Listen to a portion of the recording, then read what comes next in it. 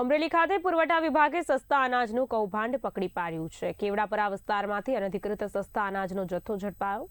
બાતમીના આધારે પુરવઠા વિભાગે દરોડો પાડી કરી કાર્યવાહી। ઘઉંના 13 કટ્ટા અને ચોખાના 29 કટ્ટા જપ્ત કરાયા છે।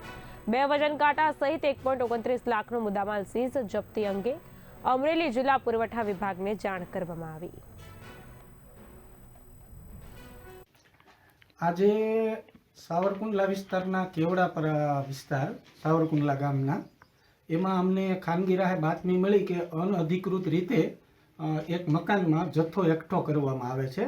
જે આધારે અમારી ટીમે આજે અહીંયા રેડ કરતા આજે અનઅધિકૃત રીતે અહીંયા સંગ્રહ થયેલ ઘઉંના 13 કટ્ટા, ચોખાના 29 કટ્ટા તેમજ નાના 2 વજન કાંટા, આમ આ વસ્તુ મળી કુલ 1,19,000નો અંદાજિત આ માલ સીઝર કરવામાં આવેલ છે અને આગળની કાર્યવાહી ચાલુ કરવામાં આવેલ છે। કેટલા લોકો સામેલ અને